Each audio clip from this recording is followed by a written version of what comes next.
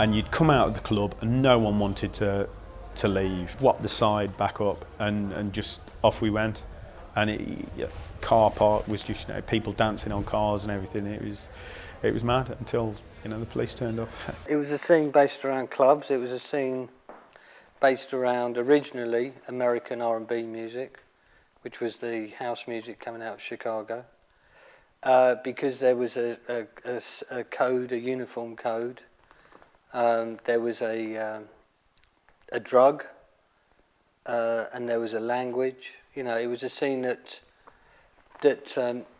even though all the elements might have been different to what had gone before, the principles were still the same. What really captured my imagination about the acid house scene was the way that everybody was so free. You know, considering that before this we were very much segregated into our own groups, the main attraction for me was the fact that everyone was together. It was all different types of people, different classes, different generations, different races. And for the first time in my life, I'd actually experienced an environment where everybody felt complete unity and completely together, which, in my opinion, was the first time I'd ever experienced something like that. So that immediately captured me, and I was immediately in. We all began as a Sunday ambient band. We only recorded on Sundays, and invariably it would be straight off the back of doing an all-nighter, and we'd invite our friends who we'd been partying with all night to the studio and watch us make silly music for the day on mattresses. It was in the summer of '88. 88 for me would have been my formative years at school, so I was finishing up at school. So whereas when you mentioned someone like Wayne Anthony was actually putting raves on, I would have been at home with my finger on the pause button, listening to tunes on the pirate radio stations, big stations that were probably known in Birmingham at the time. I mean, Powerhouse, I mean, PCRSL wasn't so much, or PCRL wasn't so much rave. Powerhouse would have been rave, Shades of Rhythm, early Prodigy stuff. It was, you know, I was sitting there editing out the adverts, getting a 90-minute tape for playback and listening to it over and over again on the weekdays when you wouldn't get the pirate stations on. But certainly 88, I was too young to be going out, and I was aware of it. So I knew it was going on, but I was just 2 years too young. By this point, with the Orb as well, KLF was starting to do festivals in the summer of '88, and I was DJing with them as well, amongst other little labyrinths of things, and that's where I started doing music with Jimmy. When we used the term acid house, we used the word acid house to define a period of time, and that period of time was 1987 to 1990.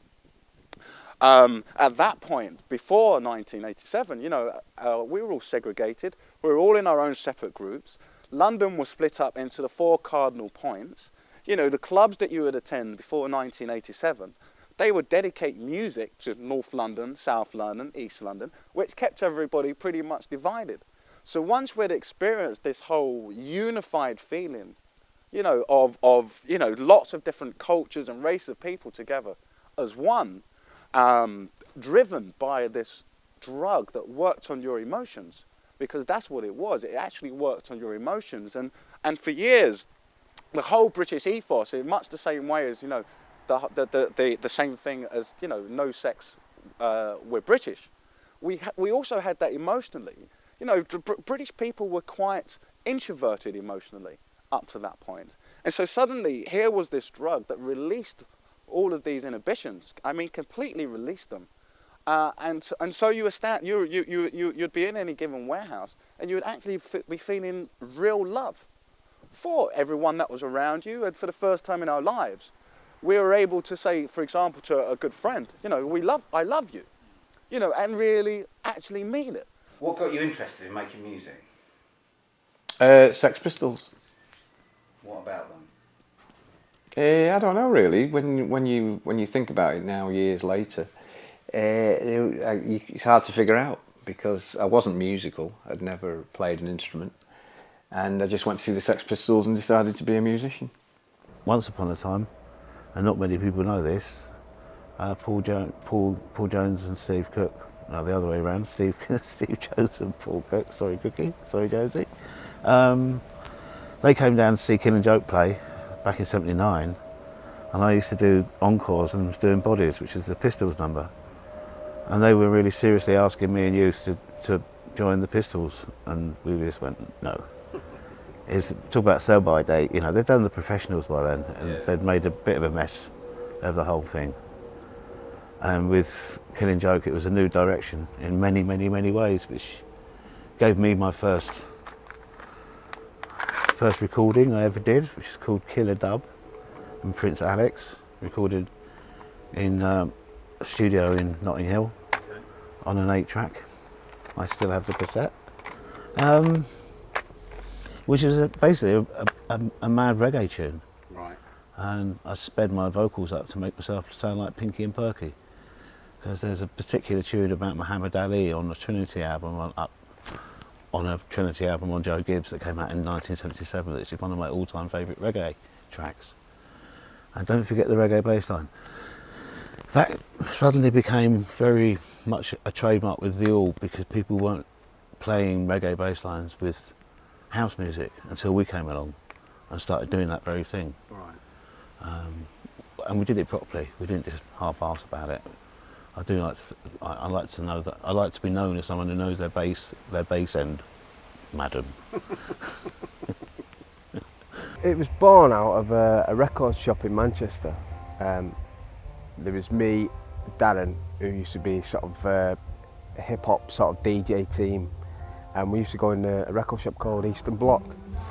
And one of the guys who owned Eastern Bloc was into sort of making music. There was another guy, Graham, who came in. He used to, he was on a recording engineer's course. So after, going in there, you go in there every Saturday and spend most of the day there. You start to meet people, chatting and stuff like that. And then, after a few weeks, we decided to get together and, try and bash out some sort of music, because we all had little bits of equipment, but not enough to create, a full rig to create a full sort of record kind of thing. So we basically just started going in the studio, experimenting, and it sort of followed on from there. It was good that we had the record shop, because we had a place where we could play it, play demo tapes in the shop, get an idea off DJs who was in there and stuff like that. And it just sort of ball rolled from there, kind of thing. I went to a music store with my friend. He was a guitarist, right? Okay, sales guy that was selling this thing called a Yamaha QX1. It was a sequencer, right? And he said, hey, with this thing, you could play keyboards like a real keyboard player. You could play stuff like Stevie Wonder, even if you don't know how to play. So, my friend, the guitar player, oh, that's bullshit. Who you think? Who you think we are? Ain't nobody stupid enough to believe that stuff. You gotta take lessons. You gotta do this. And I said, oh man. But I started listening to him, and I believed him, right? So I said, oh man, yeah, I think I want one and stuff, right? So at the time I was working at the post office in Chicago, and they gave me a big line of credit, right? So I said, oh, I'm gonna get it, right? So I got it. So then he said, well, hey, you don't want to have this sequencer and not have a keyboard to play, do you? I said, oh yeah, you're right, right? So I bought the keyboard, right? He said, you don't want to have this sequencer and this keyboard and not have a drum machine, do you? I said, yeah, you're right, right? So I got the drum machine, and he said, you don't want to have this sequencer and this keyboard and drum machine and not have something to hear it all, do you? I said, oh, yeah, you're right. So I bought a mixer, right? He said, you don't want to have the sequencer, this drum machine and this mixer and not have something to play it all out of. So, just a recorder and another keyboard, the TB303. I bought all this stuff, right? And I took it home. And by then, all my friends started coming over and stuff, and they like, oh man, they went at me for like 5 hours, man. And, oh, stupid sucker bought all this stuff and don't even know how to play. Oh man. I mean, I caught the heat too, right? So like, after that, I wrote my first song 2 days later. I think I actually made my first, if you can't really call it a tune, but my first piece of music must have been about 11 or 12, which was a little miniature guitar and just some tubs and stuff like that. I was probably younger than that, actually. I was probably about 10. Right. Just some tubs with a couple of bits. So we're just making sounds and rhythms and stuff. I used to have an old Bang & Olufsen reel-to-reel. Yeah, or my dad had one at the time. And I used to be able to record each track separately.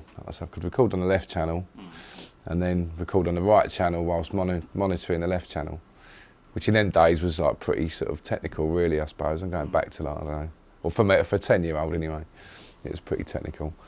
I used to be able to record, so I could record something else after, whilst listening to that, then bounce them 2 tracks onto something else, go back onto the single track, then record something else on the next, on the other channel, and sort of make up, sort of, you know, I used to make up 5 or 6 tracks of bits, all going together.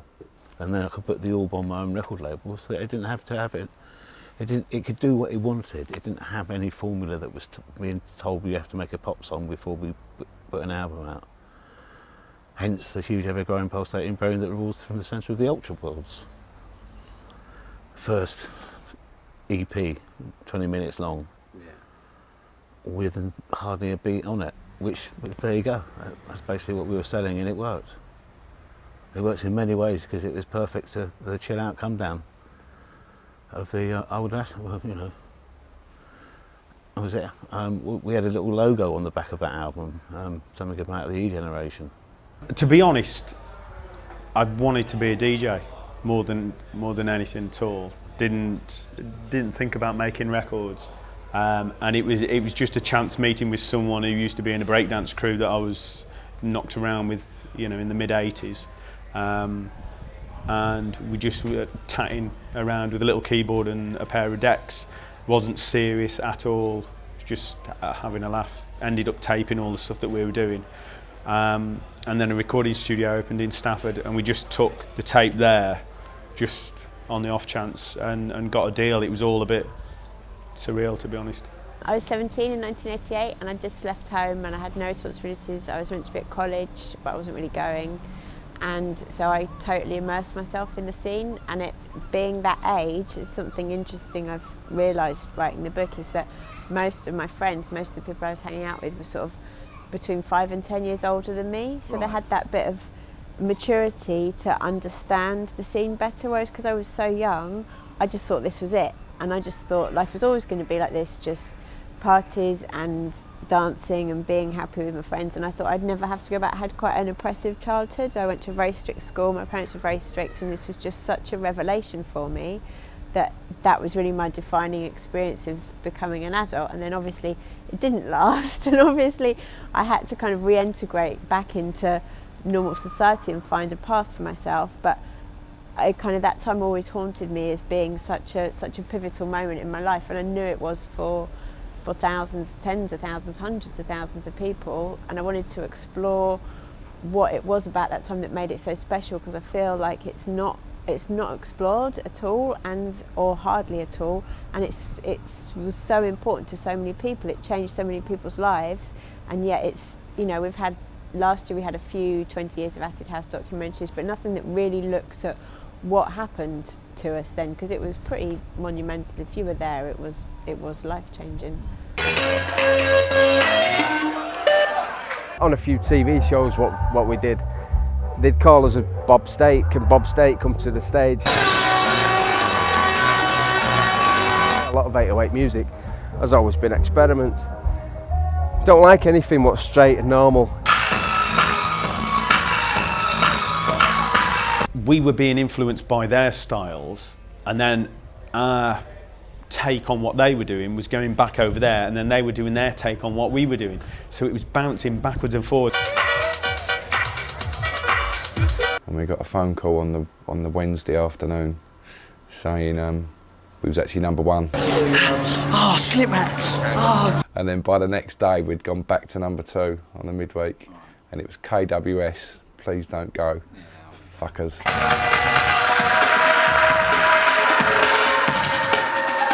Destroy them on the left hand side, destroy them on the right hand side. Let's have a really, really, really spaced out game of chess on top of the box.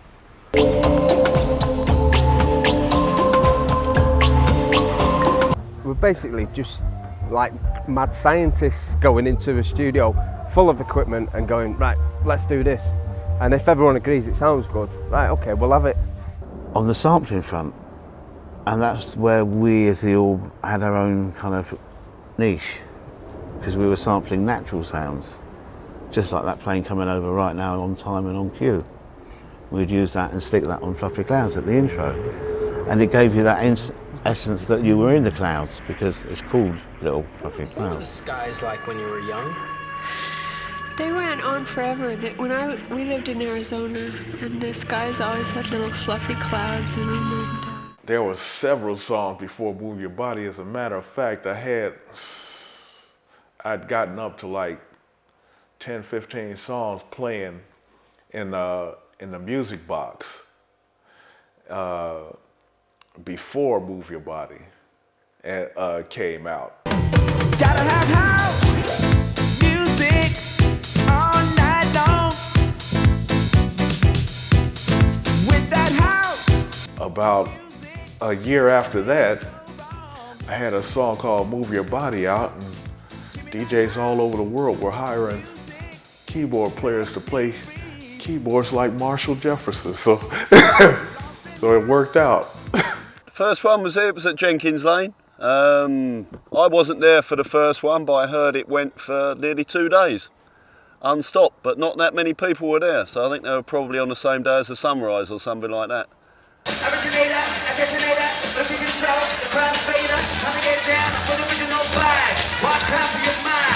Were you that involved with 24 Hour Party People? Yeah, we were, yeah. Yeah, it was quite nice to do it. Yeah. It was an interesting, that was a really weird one, because I remember Tony and I went and started the bulldozer that knocked down the Hacienda. And then 3 weeks later, the 24 Hour Party People, they rebuilt the Hacienda. 3 weeks earlier, they could have used the real Hacienda. It was still there, you know. So that was a great one of those surreal moments of life.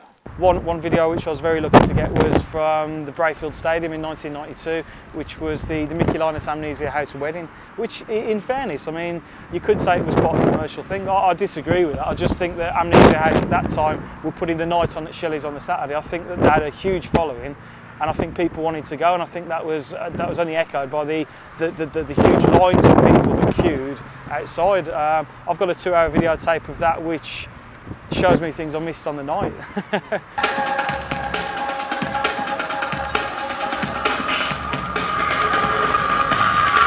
I mean, that's changed the dance scene over the last few years with, I suppose, the garage thing sort of blowing up.